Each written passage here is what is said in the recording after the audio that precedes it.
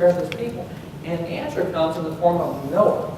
An angel goes to Manoah. This angel comes from heaven and says, Manoah, God's heard the prayers of his people. He is going to deliver you. You're going to have a revival, national revival. You're going to throw off the shackles of these people. And then the angel says, oh, by the way, Manoah, here's how it works. Your wife's going to get pregnant. And when that kid grows up, he's going to be the national deliverer. Time out. I thought you said you heard my prayers. I got to wait 20 years for this kid to grow up before we get deliverance from this enemy. I thought you said you heard my prayers.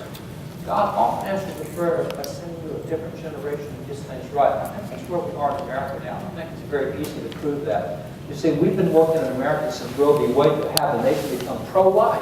And we finally are now, in which poll you look at over the last 4 polls in the last 6 months, we're somewhere between 51 and 53% of Americans now say they're pro-life, which is great. We finally got there. But you know what? With our young people, they're 72% pro-life. Only 19% of them are abortion on demand. Abortion is not even an issue with them. What do you think happens when they become national leaders in 20 years? You think that they're going to end abortion? You bet they are. With 4 out of 5 believing it. See, now, here's the question I've got. How do our kids get 20 points more pro-life than everybody that teaches them?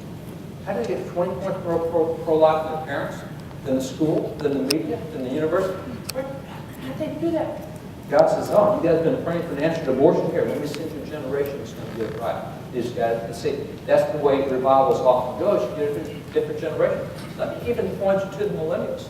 There was a study recently done in New York City on millennials, and they didn't care a little about what millennials believe, except it's a marketing firm trying to sell these kids. They want to get money from these kids. So if you're going to sell them tennis shoes, or if you're going to sell them the latest electronics, you got to make sure you don't step on their values, because they sure aren't done by yourself if you take them off.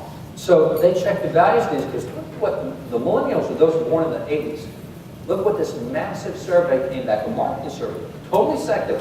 Here's what they found. They found that 94% of these kids respect monogamy and parenthood, 88% respect the U.S. Constitution, 86% respect marriage, 84% respect the military, and grab this, only 24% respect Hollywood.